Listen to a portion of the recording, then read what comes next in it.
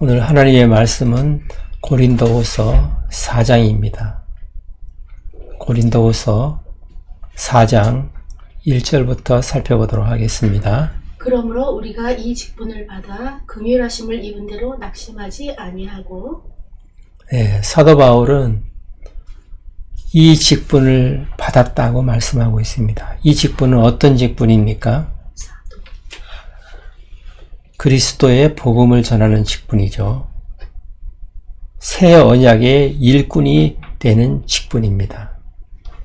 사도 바울은 이렇게 말씀하고 있는 것은 예루살렘으로부터 거짓 사도들, 거짓 교사들이 추천서를 가지고 와서 사도 바울은 추천서도 없다. 사도 바울은 사도가 아니다. 그렇게 말을 하고 사람들을 선동을 했습니다. 그래서 사도 바울이 1년 6개월 동안 전도를 해서 하나님 말씀을 가르치고 세운 고린도 교회에 그런 거짓 사도들이 들어와서 사도 바울의 복음과 다른 복음을 가르치면서 사도 바울을 대적하는 그런 사람들이 또한 생겨났던 것입니다. 그런 것에 대해서 사도 바울이 계속 변론을 하고 있는 내용으로 볼 수가 있겠습니다. 사도 바울은 내가 사람의 추천서를 가지고 이렇게 사역을 하는 것이 아니라고 말합니다. 하나님의 긍휼하심을 입어서 사도가 되었다. 그렇게 말합니다. 사실 사도 바울은 어떤 사람들의 추천서를 가지고 이 일을 하고 있는 것이 아닌 것입니다. 지금 예루살렘으로부터 온 거짓 교사들이나 거짓 사도들은 추천서를 가지고 와서 설교를 하고 가르치고 있지만 사도 바울은 그렇지가 않습니다. 사도 바울은 예수 그리스도로부터 또한 하나님으로부터 직접 사도의 직분을 받았다고 말을 하고 있습니다. 사도 바울이 그리스도인들을 한참 핍박하고 있을 때 예루살렘에서 멀리 외국에까지 나가서 시리아 다마스커스에 가서 그리스도인들을 붙들어 오려고 가는 도중에 예수님을 만나게 되고 그때 회심을 하게 됩니다. 그리고 나서 사도로서의 직분을 받고 이방인에게 나가서 전도를 하게 되는 것입니다. 그렇듯 사도 바울은 예수 그리스도로부터 직분을 받은 것입니다. 그것이 갈라디아서 1장 1절에 잘 나타나 있습니다. 우리가 한번 갈라디아서 1장 1절을 보도록 하겠습니다. 사람에게서 난 것도 아니요 사람으로 말미암은 것도 아니요 오직 예수 그리스도와 그를 죽은 자 가운데서 살리신 하나님 아버지로 말미암아 사도된 바울은 사도 바울이 사도가 된 것에 대해서 말씀하고 있습니다. 사람으로부터 받은 것이 아니다. 내가 이 일을 하는 것은 어떤 추천서를 가지고 하는 것이 아니다.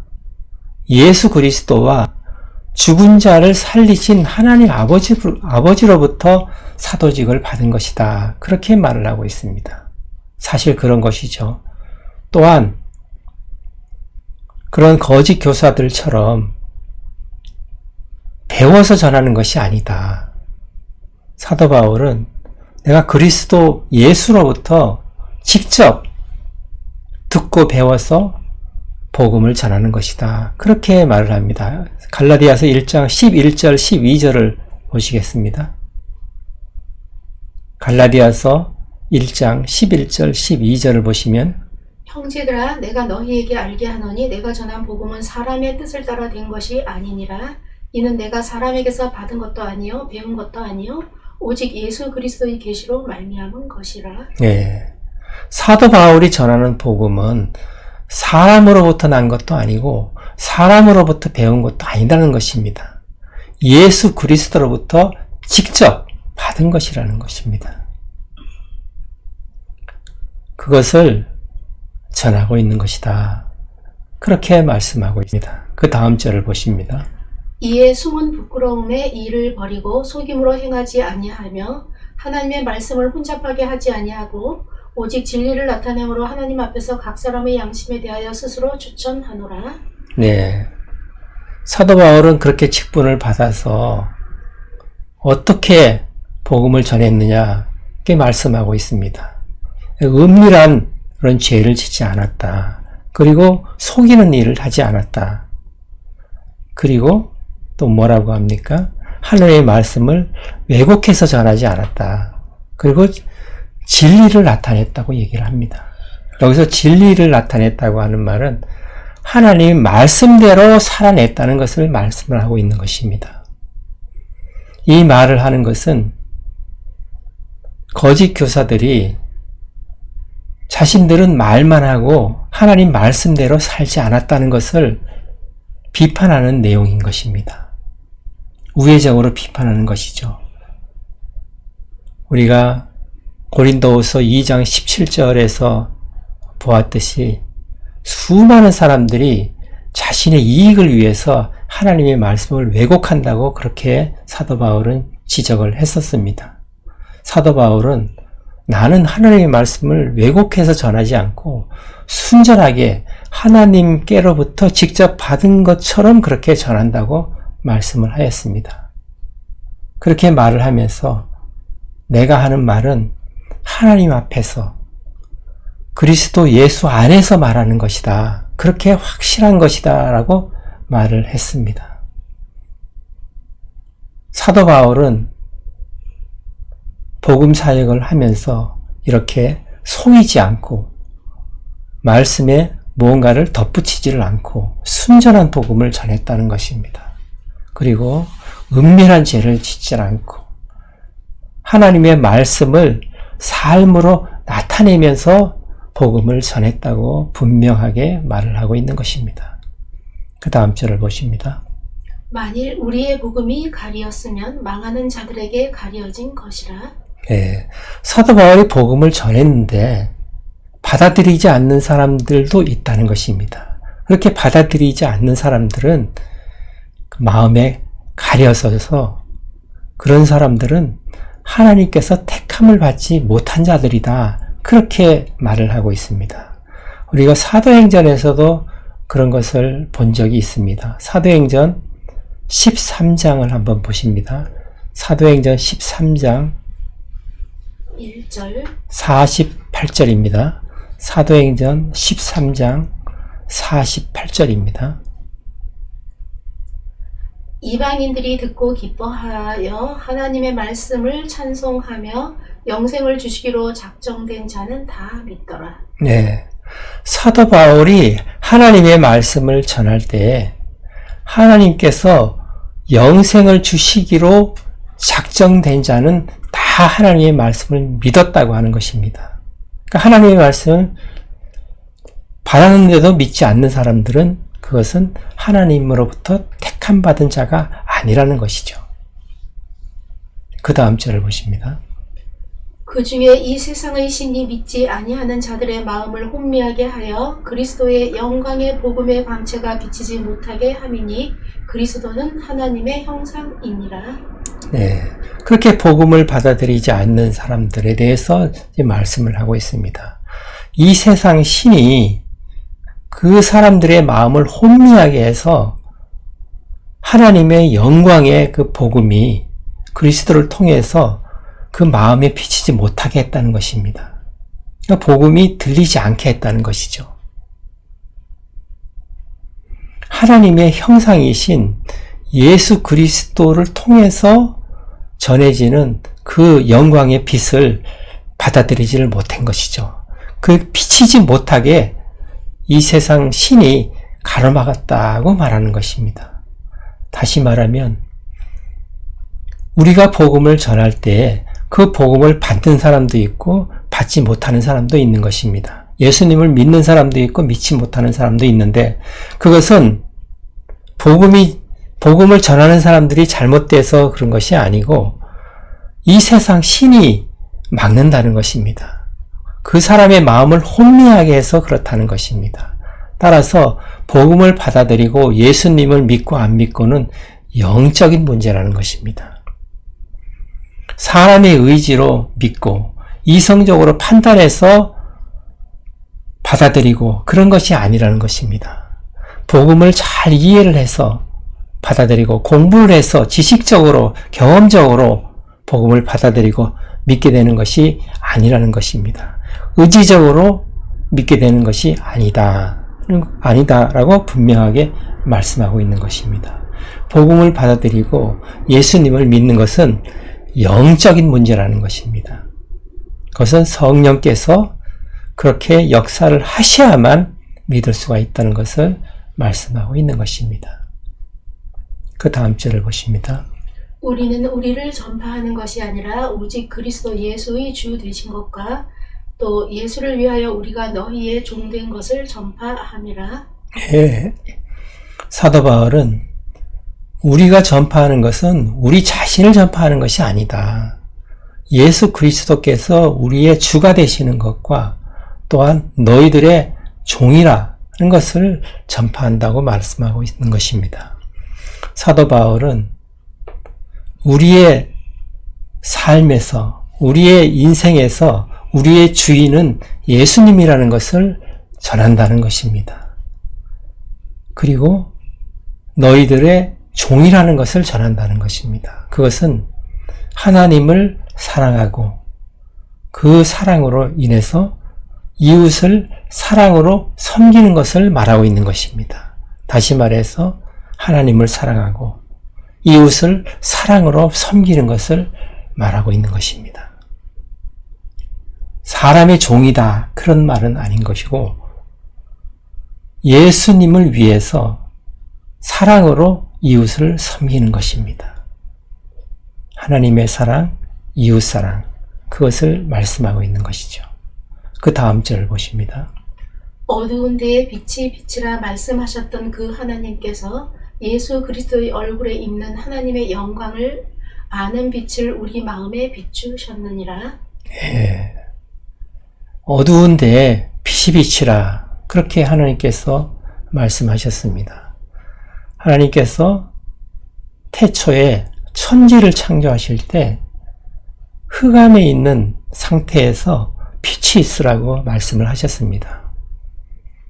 우리에게도 그것이 적용이 되는 것입니다.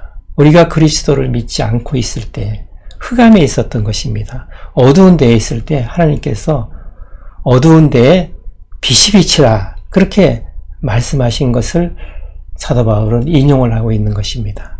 그렇게 천지 창조하실 때에 어두운 데에 빛이 비치라 그렇게 말씀하셨던 그 하나님께서 예수 그리스도의 얼굴에 있는 하나님의 영광을 아는 그 빛을 우리 마음에 비추셨다고 말씀하고 있는 것입니다.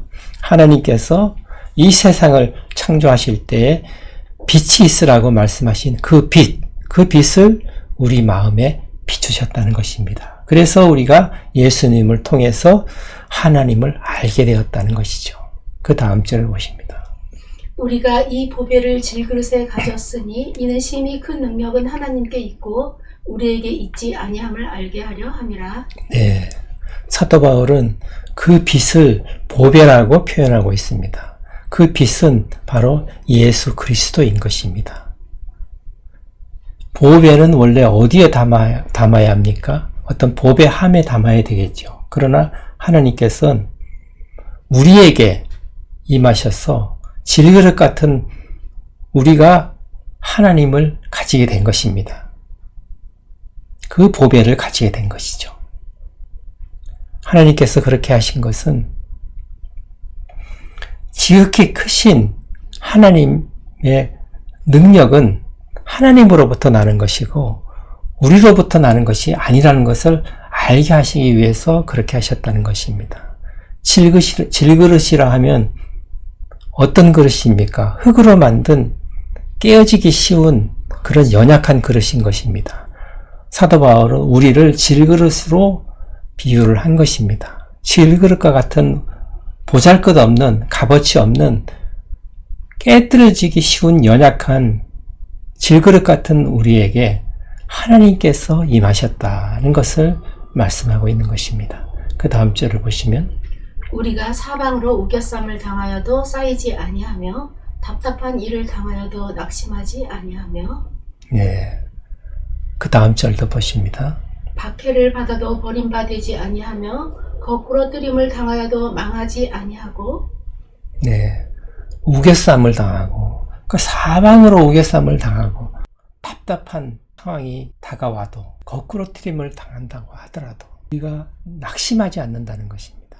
세상의 환난과 고난은 엄청나게 커 보이고 우리에게 큰 고난으로 다가오지만 우리는 낙심하지 않는다는 겁니다. 그 이유는 무엇입니까?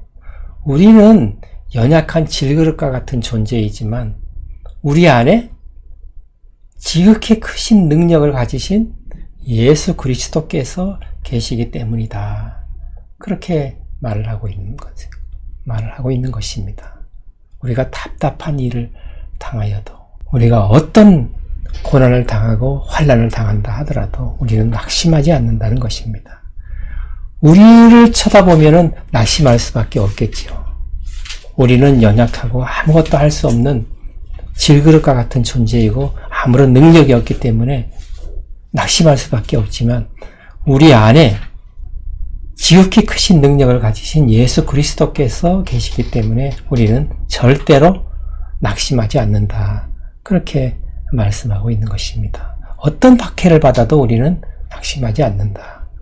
어떤 고난과 환난이 와도 거꾸로 뜨림을 당한다 그래도 우리는 낙심하지 않는다. 그렇게 말을 하고 있는 것입니다. 그 다음 절을 보십니다.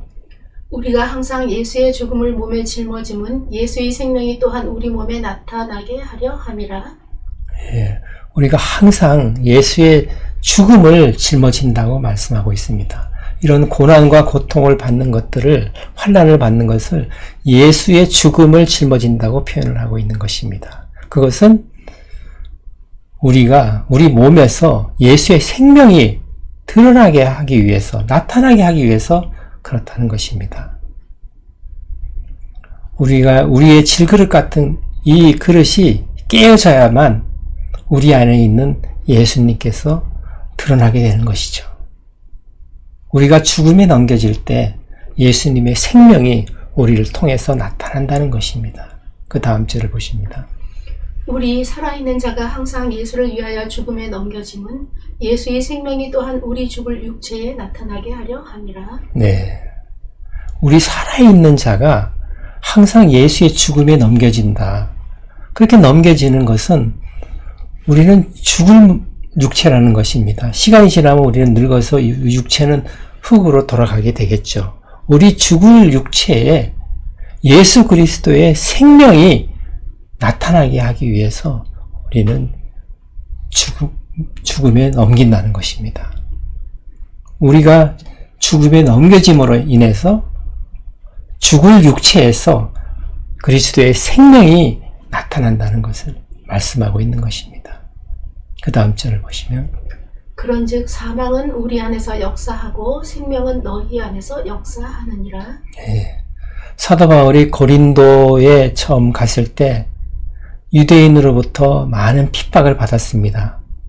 예수가 그리스도다 하고 선포했을 때 유일신을 믿는 유대인들이 엄청난 박해를 했죠. 그래서 회당에서 더 이상 하나님의 말씀을 전하지 못하게 되고 쫓겨나게 되었습니다. 그런 박해를 받으면서도 하나님의 말씀을 계속 전하여서 고린도 교회가 생겨나게 된 것이죠. 그것은 그런 박해를 받고 어려운 상황을 겪었던 것을 사망은 우리 안에서 역사를 하게 되지만 결국 우리 안에서 예수 그리스도의 생명이 역사를 해서 너희들에게 나타났다는 것입니다. 아멘. 그래서 고린도 교회가 생겨났다는 것이죠. 그래서 우리 안에서 사망은 역사를 하지만 생명은 너희 안에서 역사를 해서 너희들이 구원을 받고 고린도 교회가 생겨난 것이다. 그렇게 말씀하고 있는 것입니다. 그렇게 해서 우리가 죽음에 넘겨지는 것은 예수 그리스도의 생명이 나타나게 하기 위해서 그렇게 하는 것이다 말씀하고 있는 것입니다. 그 다음 절을 보시면 기록된 바 내가 믿었으므로 말하였다 한 것 같이 우리가 같은 믿음의 마음을 가졌으니 우리도 믿었으므로 또한 말하노라. 네, 그 시편에 나오는 말씀을 인용한 것인데 믿었으므로 우리가 말을 하노라 그렇게 말을 하죠. 우리가 하나님께서 우리와 항상 함께 계시고 우리 안에 그리스도께서 계시는 것을 믿고 있기 때문에 우리가 그런 고난과 환난 가운데서도 하나님의 구원을 선포한다는 것입니다. 그것으로 인해서 너희들이 이렇게 예수 그리스도를 믿고 고린도에 교회가 생겨난 것이다. 그렇게 말을 하고 있는 것입니다. 그 다음 절을 보시면 주 예수를 다시 살리신 이가 예수와 함께 우리도 다시 살리사 너희와 함께 그 앞에 서게 하실 줄을 아노라. 예. 그리스도를 다시 살리신 하나님께서 예수와 함께 우리도 다시 살리실 것을 믿고 있는 것이죠. 그리고 너희들도 우리와 함께 살리실 것을 믿는다는 것입니다. 그래서 결국은 우리들과 함께 너희들도 하나님 앞에 서게 될 것이다. 그것을 확실하게 믿는다라고 말씀하고 있는 것입니다. 그 다음 절을 보시면 이는 모든 것이 너희를 위함이니 많은 사람의 감사로 말미암아 은혜가 더하여 넘쳐서 하나님께 영광을 돌리게 하려 함이라. 예. 모든 것은 우리가 환난과 고난을 받는 모든 것은 다 너희들을 위한 것이다. 너희들을 구원하기 위해서 그렇게 우리가 고난을 받는 것이다. 그렇게 말씀을 하고 있는 것입니다. 그리고 이 말씀은 다른 번역본에 보면은 하나님의 은혜가 점점 더 많은 사람에게 퍼져나가서 감사가 넘쳐나고 하나님께 영광을 돌리게 하려고 그러신 것이다. 그렇게 말씀하고 있습니다. 그 다음 절을 보시면 그러므로 우리가 낙심하지 아니하노니 우리의 겉사람은 낡아지나 우리의 속사람은 날로 새로워지도다. 네, 우리의 겉사람은 낡아진다. 이 육체를 의미하고 있는 것입니다. 나이가 들수록 사람의 육체는 늙어가게 되고 낡아지게 되는 것이죠. 그렇지만 그것으로 인해서 낙심하지 않는다는 것입니다. 왜 그렇습니까? 우리 안에 성령의 인도하심을 받는 속사람은 날로 새로워지기 때문에 그런 것입니다. 우리의 속사람은 성령님의 이끌리심을 받아서 하나님과의 점점 더 깊은 교제를 함으로써 점점 더 새로워지기 때문에 그렇다는 것입니다. 그렇기 때문에 우리는 낙심하지 않는다. 우리 육체가 나이 들어가고 낡아지는 것에 대해서 낙심하지 않는다라고 말씀하고 있습니다. 그 다음 절을 보시면 우리가 잠시 받는 환난에 경한 것이 지극히 크고 영원한 영광에 중한 것을 우리에게 이루게 함이니. 네, 사도 바울은 복음을 전하면서 많은 고난을 받았습니다. 바다에서도 물에 빠져 몇 번이나 죽을 뻔했었고 돌에 맞아서 죽을 뻔도 했었고 그리고 많은 핍박을 받았습니다. 유대인으로부터 특히 많은 핍박을 받았었죠. 그러나 이 땅에서 받는 고난이 아무리 크다고 하더라도 이 땅에서 받는 고난은 잠시 받는 그런 가벼운 고난이라고 말씀하고 있습니다. 그것은 이후에 받을 영원한 영광에 비하면 그렇다는 것입니다. 사도 바울은 이 고린도 후서를 쓰면서 12장에 보면은 삼측천에 이끌려서 올라가서 낙원에서 이루 말할 수 없는 그런 말을 듣고 내려왔다고 그렇게 말을 하고 있습니다. 사도 바울은 이미 하나님 나라에 가서 보고 또 수많은 말들을 듣고 내려왔던 것이기 때문에 이 땅에서 받는 이런 잠시 동안의 환난과 고난은 나중에 하나님 나라에서 받을 영원한 영광에 비해서는 비할 바가 못 된다고 그렇게 말을 하고 있는 것입니다. 이미 사도 바울은 보고 왔기 때문에 이런 말을 할 수가 있는 것이죠. 그 다음 절을 보십니다. 우리가 주목하는 것은 보이는 것이 아니요 보이지 않는 것이니 보이는 것은 잠깐이요 보이지 않는 것은 영원함이라. 네, 아멘. 아멘. 사실 그렇죠. 우리가 이 세상에서 눈에 보이는 것은 잠깐인 것입니다. 이 세상에서 영원히 사는 사람은 아무도 없습니다. 이 세상에서 권력을 가지고 명예를 가지고 그리고 오랫동안 살 것 같지만 그렇지 않다는 것입니다. 이 세상은 잠깐 우리에게 주어진 것이다 라고 말씀을 하고 있습니다. 눈에 보이지 않는 이 세상 너머에 있는 영의 세계가 영원한 것이다 라고 말씀을 하고 있는 것입니다. 이 세상만 바라보고 살게 하는 것은 그것은 이 세상 신인 사탄이 그렇게 하는 것입니다. 이 세상 이후의 삶을 바라보지 못하게 하는 것이죠. 이 세상에 있는 것만 바라보고 살게끔 하는 것이 사탄의 계략인 것입니다. 거기에 속아 넘어가면 이 세상에 있는 것이 다라는 생각을 하게 됩니다. 이 세상에서 눈에 보이는 것은 다 갖고 싶고 다른 사람이 가지지 못한 것을 다 내가 가져야만 하고 다른 사람이 누리지 못한 것을 내가 다 누려야만 하고 그런 엄청난 명예욕 그리고 이기심, 탐욕, 탐심 이런 것들로 가득 찬 삶을 살게 되는 것입니다. 그렇게 살도록 유도하는 것이 사탄의 계략인 것이죠.